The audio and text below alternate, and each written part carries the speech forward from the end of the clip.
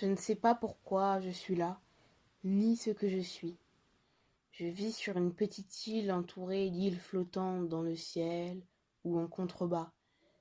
Sur l'île où je vis, il y a des habitations vides. Pas d'animaux, pas d'humains ou de choses me ressemblant. Il n'y a que de la verdure, des immeubles cassés, tout ce qui pourrait correspondre à un foyer, une ville, mais sans habitants. Je ne sais pas comment sortir ni comment je suis entrée ici. J'ai essayé à plusieurs reprises de m'en aller, mais rien à faire. Dès que j'essayais quelques tentatives en sautant dans le vide, je me retrouvais en une fraction de seconde dans ma chambre. Au bout d'un moment, j'ai arrêté d'espérer et laissé le sort me conduire. Quelquefois, des sortes d'ombres apparaissaient. Une ombre noire aux yeux rouges. Je n'ai jamais pu qualifier ça d'humain ou de vivant, mais je savais qu'elles avaient une âme. Un jour, l'une d'elles s'approcha de moi calmement, mais je sentais qu'elle était brisée et cassée. On avait l'impression que des choses avaient fait des expériences sur elle, des choses qu'elle ne voulait pas faire, mais on l'avait obligée. Soudain, avec une rage que moi-même je n'avais jamais expérimentée, un sentiment que je connaissais mais que je ne ressentais pas, elle cria Fondation du mieux qu'elle pouvait. Ce fut le premier son que j'entendis depuis je ne sais pas combien de temps, puisque tout temps était arrêté, il n'y avait ni nuit ni jour. Cette pensée me hanta. Que voulait-elle dire par fondation? J'avais déjà vu plusieurs ombres pareilles à elle, mais elle n'avait rien dit, était disparue au moment même où je les approchais. Cela me trotta pendant je ne sais combien de temps, mais cette pensée resta ancrée dans ma mémoire. Je ne savais pas quoi faire. Soudain, j'eus l'idée de créer un son.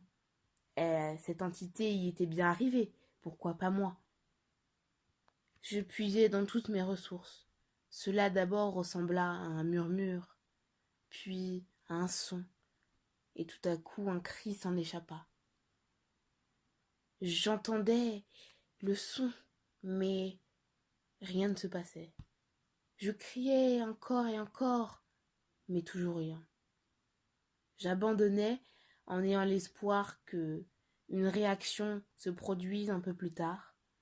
J'avais beau attendre, rien. J'espérais que cette ombre, cette entité, je ne sais pas ce que c'était, mais j'espérais qu'elle revienne. Mais elle ne revenait pas.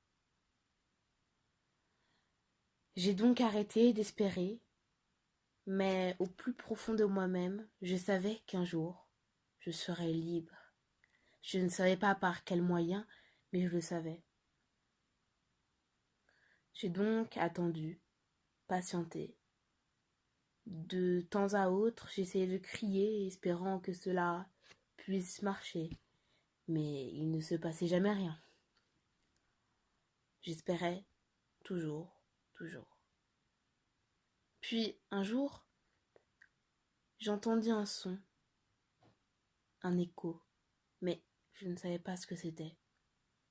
Cet écho résonna dans mon cœur, et je fus téléportée dans un endroit, dans une cage en verre, où des sortes de personnes, une sorte de vie que je n'avais jamais vue au par hasard, m'observaient de loin, derrière une chose qui s'apparentait transparent mais solide. Je ne savais pas ce que c'était, mais cela m'horrifia. Tout à coup, je vis à côté de moi une ombre. Cette ombre était l'entité que j'avais vue il n'y a pas longtemps, qui m'avait crié Fondation. Tout d'un coup, mes souvenirs revinrent. Je me rappelais du logo du logo qu'il y avait dans ma chambre. Je savais ce que c'était, ce que cela signifiait. Je vis sur les sortes de vie humaine, le même logo. Je savais que j'étais enfin arrivée à ma destination finale, la fondation. D'autres entités étaient à côté de moi.